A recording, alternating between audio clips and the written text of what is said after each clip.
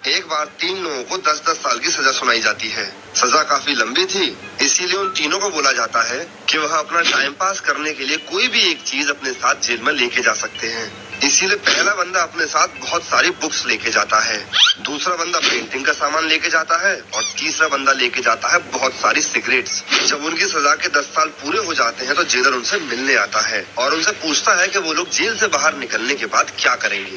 इस पर पहला बंदा बोलता है, सर मैंने जेल में 10 साल तक बहुत सारी किताबें पढ़ी हैं। अब मैं बाहर जाकर अपनी डिग्री लूंगा और टीचर बनूंगा। दूसरा बंदा बोलता है, सर मैंने 10 साल तक पेंटिंग की इतनी प्रैक्टिस कर ली है कि मैं तो अब पेंटर ही बनूंगा बाहर जाके।